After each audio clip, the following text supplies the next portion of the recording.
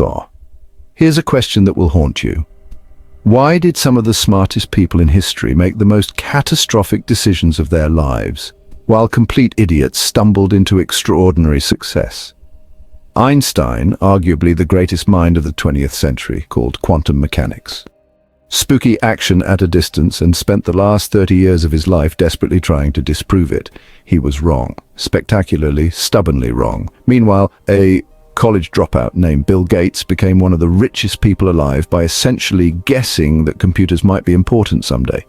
Steve Jobs, a genius who revolutionized multiple industries, once decided that his pancreatic cancer could be cured with fruit juice and alternative medicine. He delayed life-saving surgery for 9 months. The man who thought different about everything couldn't think clearly about the one thing that mattered most, his own survival. But here's what's really disturbing. These aren't isolated cases. These are patterns, predictable, repeatable patterns that reveal something uncomfortable about human intelligence. The uncomfortable truth is this: intelligence doesn't make you immune to stupidity. It makes you a more sophisticated kind of stupid. Smart people don't make fewer bad decisions, they make more elaborate bad decisions. They don't avoid cognitive traps, they build better cognitive traps. And the people we dismiss as lucky or stupid, they're often operating with a completely different decision-making framework that accidentally works better than our carefully constructed rational systems. Today we're going to explore one of the most counterintuitive truths about human psychology, that intelligence and wisdom are not just different things, they're often inversely related. We're going to discover why your brain's greatest strength might be your greatest weakness, why overthinking is the enemy of good judgment, and why sometimes the best decision is the one you don't have to think about at all, because the moment you think you're too smart to be stupid, you've already made your first stupid decision. Sure.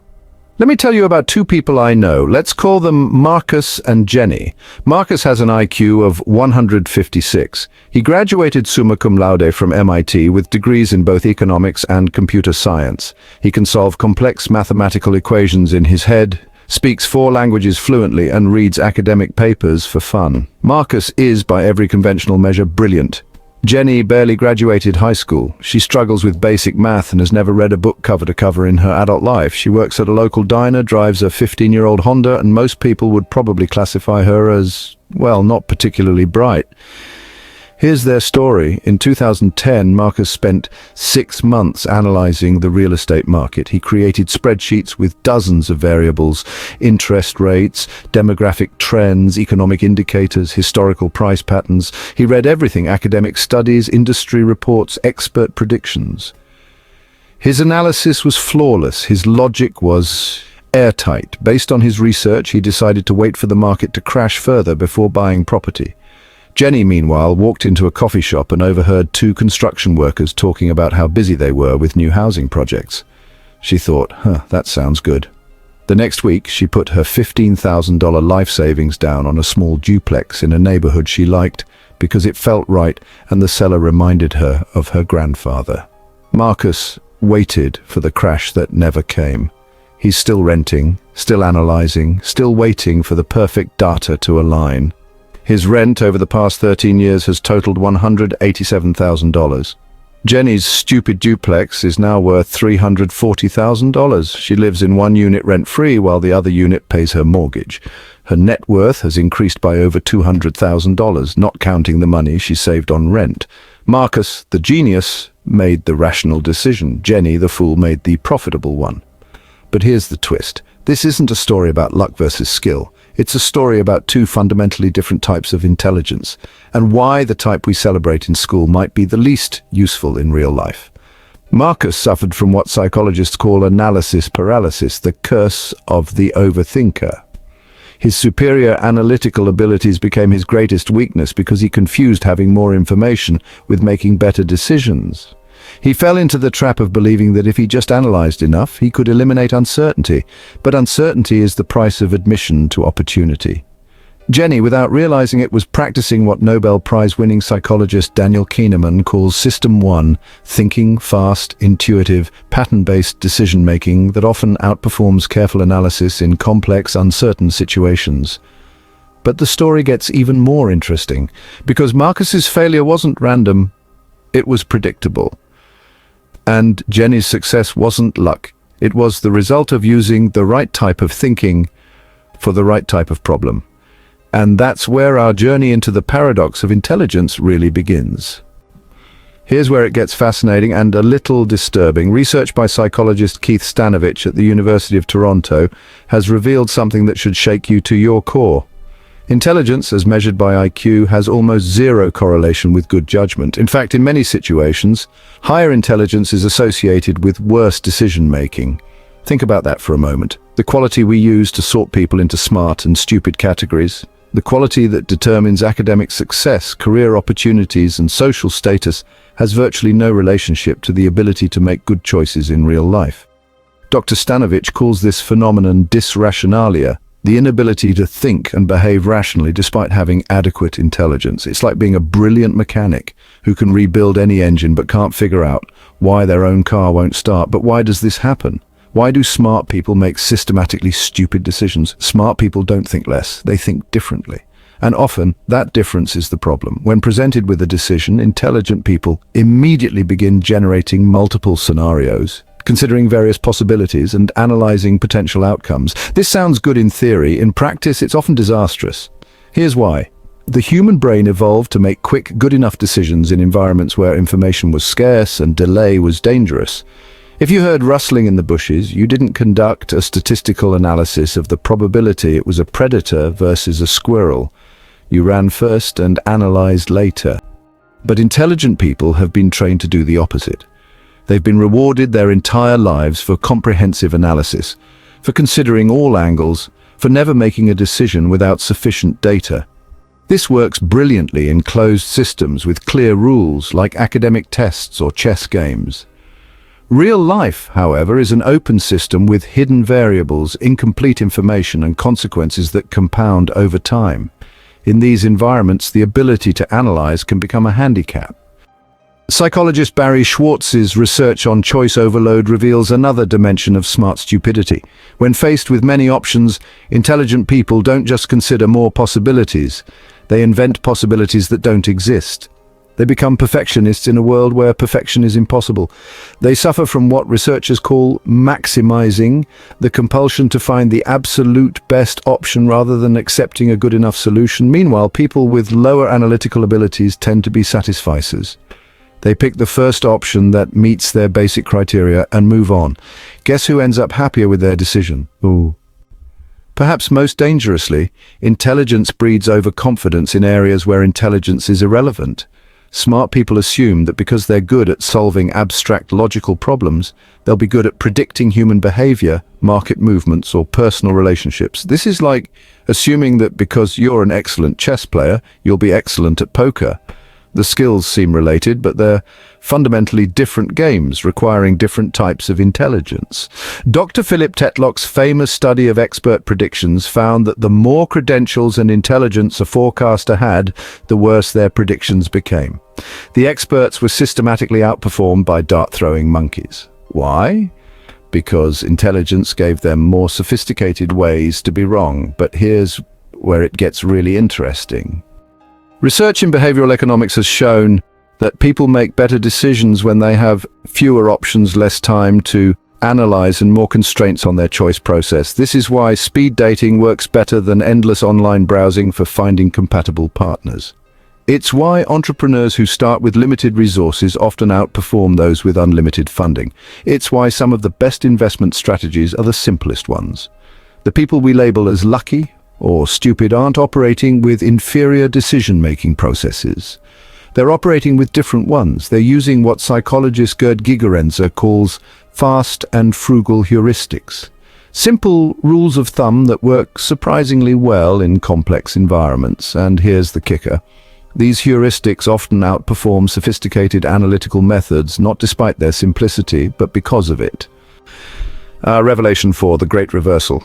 When less thinking means more winning. So imagine this, two generals preparing for battle. The first general, well, he's quite the strategic genius. He studies every little detail, troop movements, weather patterns, supply lines, even historical precedents. He crafts these elaborate battle plans with contingencies for every possible scenario. His strategy is without a doubt flawless.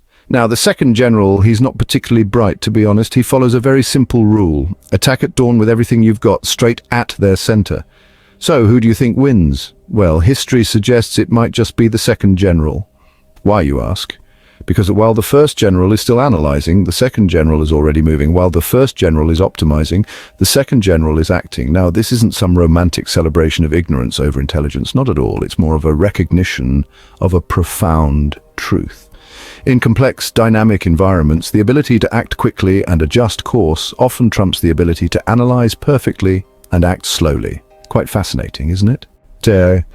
Consider how people form relationships. The smart approach would be to carefully evaluate potential friends or partners, analyzing compatibility, shared values, long-term potential. Create a comprehensive checklist and methodically work through it. But that's not how human connection works. We form our deepest relationships through what psychologists call thin slice judgments, rapid, intuitive assessments based on minimal information. Research shows that people can predict with remarkable accuracy whether they'll like someone after just 30 seconds of interaction. The people who analyze relationships too much often struggle to form them. They're so busy evaluating whether someone is right for them that they never give themselves the chance to discover if they actually enjoy being around them. Meanwhile, people who trust their gut feelings, who make stupid decisions based on emotion rather than logic, often end up in healthier, more satisfying relationships, not because they're better at analysis, but because they're better at synthesis, at integrating complex, nonverbal information into holistic judgments. The business world offers perhaps the clearest illustration of this paradox. The most successful entrepreneurs are rarely the smartest people in the room. They're the people who can make decisions with incomplete information and act while others are still thinking. Jeff Bezos didn't start Amazon because he conducted a comprehensive market analysis of online book sales. He started it because he read that internet usage was growing by 2,300% per year and thought that sounds like a big wave to ride. His decision was based on one data point and a gut feeling. Meanwhile, countless MBA graduates with superior analytical skills spent years studying the e-commerce market, conducting focus groups and building detailed business models. By the time they were ready to act, the opportunity had passed. Here's another mind-bending discovery. Experts in complex fields often perform worse than novices when making predictions in their own domains. Why? Because expertise creates overconfidence and cognitive rigidity. Experts know too much. They have elaborate mental models that they're reluctant to abandon. They see patterns that don't exist and miss patterns that do. They're so invested in their sophisticated understanding that they can't adapt when reality changes. Novices, by contrast, have what Zen Buddhism calls beginner's mind, openness, eagerness, and freedom from preconceptions. They're more likely to notice what's actually happening rather than what their theories predict should be happening. And what about luck? Is it really just random chance that favors the unprepared? Psychologist Richard Wiseman spent a decade studying people who considered themselves lucky versus those who considered themselves unlucky. What he discovered was revolutionary. Lucky people weren't experiencing more random positive events. They were better at noticing and capitalizing on the opportunities that were already there. Lucky people shared 4 key characteristics. They were, more open to new experiences. They trusted their intuition more. They expected good things to happen. And, they turned bad luck into good luck through resilience. In other words, lucky people weren't experiencing different events. They were processing the same events differently. They were using emotional and intuitive intelligence rather than analytical intelligence. The stupid people who get lucky aren't stupid at all. They're actually using a different type of intelligence, one that's often more suited to navigating uncertainty and complexity than the analytical intelligence we celebrate in schools. Revelation 5, The Art of Strategic Stupidity, Practical Lessons. So how do you become strategically stupid? How do you harness the power of simplified decision-making without actually becoming foolish? Here are the counterintuitive strategies that can transform your judgment. 1. Embrace the 40% rule. Former Secretary of State Colin Powell had a famous decision-making principle. Never make a decision with less than 40% of the information you'd like to have, and never wait until you have more than 70%. Why? With less than 40%, you're just guessing. With more than 70%, you've probably waited too long, and whatever advantage you might have gained from additional analysis is outweighed by the cost of delay. Smart people consistently violate the upper bound of this rule. They keep analyzing past the point of diminishing returns, convincing themselves that just a little more information will make the difference between a good decision and a perfect one. Perfect decisions don't exist. Good enough decisions made quickly almost always outperform perfect decisions made too late. So let's talk about practicing the 10-10-10 rule. Before making any significant decision, ask yourself, how will I feel about this in 10 minutes? What about 10 months? And how about 10 years from now? This simple framework really helps prevent both impulsive decisions, think 10 minutes, and analysis paralysis, which is more of a 10-year problem. It forces you to consider multiple time horizons without getting lost in endless scenario planning. Most importantly, it recognizes that different types of decisions require different time frames for evaluation. Career choices, for example, matter in 10 years, but what to have for lunch? Well, that matters in 10 minutes. Trying to optimize your lunch choice for 10-year consequences is honestly just a waste of your cognitive resources. Next, let's look at implementing decision deadlines. Smart people honestly hate deadlines when making decisions because they always feel like they could use just a little more time to analyze. But, this is exactly why deadlines are so essential. Set artificial deadlines for your decisions and stick to them religiously. Give yourself enough time for reasonable analysis, but not so much time that you fall into perfectionist paralysis. Research actually shows that decisions made under moderate time pressure are often better than those made with unlimited time. The pressure, in a way, forces you to focus on what's truly important rather than getting lost in peripheral considerations. Now let's talk about using the good enough principle. You should train yourself to recognize when a decision is good enough rather than perfect. This isn't about lowering your standards. It's more about realizing that, in most situations, a good decision made quickly beats a perfect decision made slowly. So ask yourself, what's the minimum acceptable outcome for this decision? Once you find an option that meets that threshold, just stop looking. The marginal benefit of finding something slightly better is more often than not outweighed by the cost of continued searching. So trust your gut, but make sure to verify it. Your intuition isn't magic, but it's also not random. It's actually your subconscious mind processing patterns and information that your conscious mind hasn't fully analyzed yet. In complex situations with, multiple variables, your gut feeling often contains valuable information. Here's the key. Use your intuition as a first filter, not a final answer. If something feels wrong, pay attention to that feeling. Even if you can't immediately explain it, your subconscious might be picking up on patterns that your conscious analysis missed. But don't stop there. Ask yourself, what would have to be true for this gut feeling to be right, and what would have to be true for it to be wrong? 6. Practice strategic ignorance. Deliberately limit your information intake for certain types of decisions. Too much information doesn't just lead to analysis paralysis. It leads to systematically worse decisions because you start optimizing for irrelevant factors. When buying a car, for example, research the top 3 models that meet your basic criteria, then stop.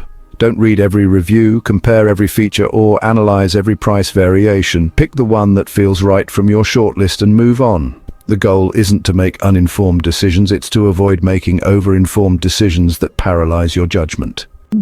7. Embrace the power of regret. Smart people often avoid making decisions because they're terrified of making the wrong choice.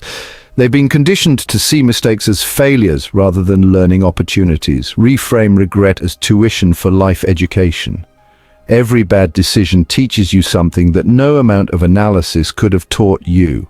The goal isn't to avoid all mistakes. It's to make mistakes quickly and learn from them faster than your competition.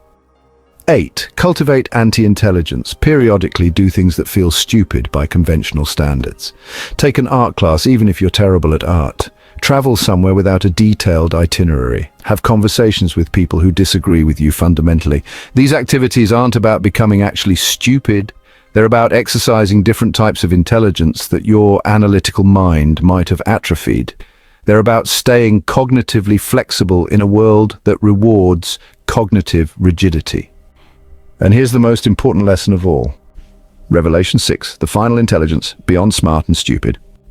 There's an old Taoist story about a farmer whose horse runs away. His neighbors say, "What bad luck?" The farmer replies, "Maybe." The next day, the horse returns with 7 wild horses. The neighbors say, "What good luck?" The farmer says, "Maybe." The farmer's son tries to tame one of the wild horses and breaks his leg. The neighbors say, "What bad luck?"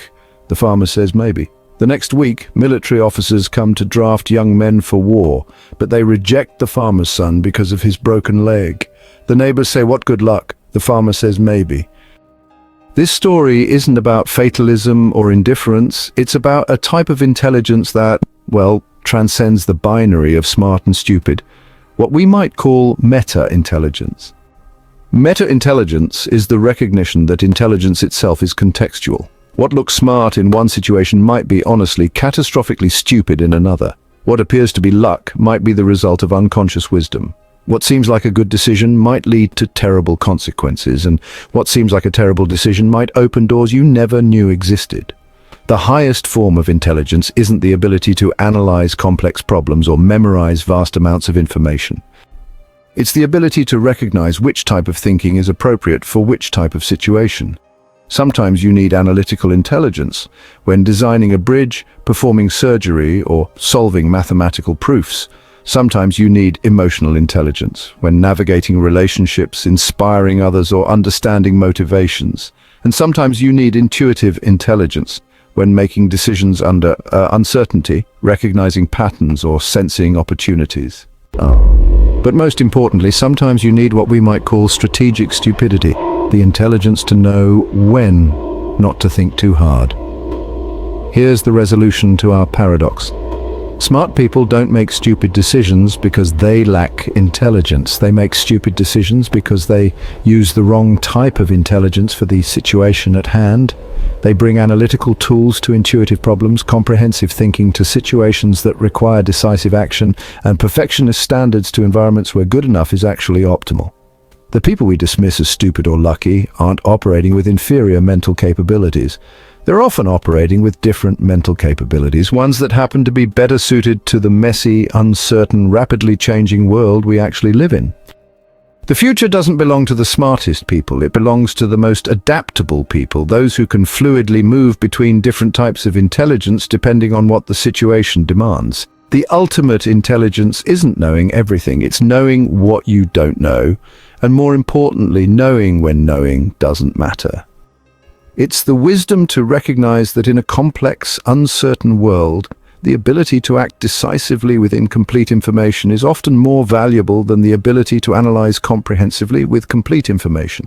It's the humility to understand that your greatest strength, your analytical mind, might also be your greatest weakness in situations that require intuition, speed, or emotional intelligence. And it's the courage to occasionally make stupid decisions, not because you can't think of anything smarter, but because you're smart enough to recognize when thinking isn't the answer. The next time you see someone make a decision that seems foolish, ask yourself, what if they're using a type of intelligence I don't recognize? What if they're seeing something I'm not seeing? What if their stupidity is actually a sophisticated form of wisdom that my analytical mind can't process? And the next time you're paralyzed by analysis, unable to make a decision because you don't have enough information, remember this: the best decision is often the one you make with confidence rather than the one you make with certainty. Because in the end, intelligence isn't about being right all the time. It's about being wrong at the highest possible level, making mistakes that teach you something valuable, failing in ways that move you forward, and being smart enough to know that sometimes the smartest thing you can do is stop trying to be smart. The world doesn't need more people who can solve complex equations in their heads. It needs more people who can solve simple problems with their hearts, make good decisions with incomplete information, and trust their instincts when logic reaches its limits. It needs people who are intelligent enough to be strategically stupid. And maybe, just maybe, that's the smartest insight of all.